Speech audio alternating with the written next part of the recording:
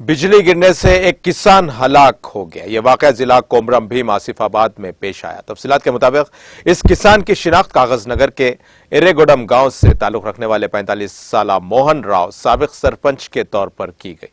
वो अपनी फसल का तहफ्फुज कर रहा था कि अचानक बिजली गिरने की वजह से ये मौके पर ही हलाक हो गया, जबकि दीगर 5 अफराद मामूली तौर पर झुलस गए। जख्मी अफराद भी किसान हैं जिनका ताल्लुक भी इसी गांव से है। मोहन राव की मौत मौके पर ही हो गई, जबकि दीगर किसान झुलस गए। ये तमाम किसान जंगली खंजीरों से खेतों के तहफ्फुज के लिए इसमें शब बसरी कर रहे थे। झुलस जाने वाले किसानों को इलाज के लिए हॉस्पिटल मुंतकिल कर दिया गया। उनकी हालत खतरे से बाहर बताई जाती है।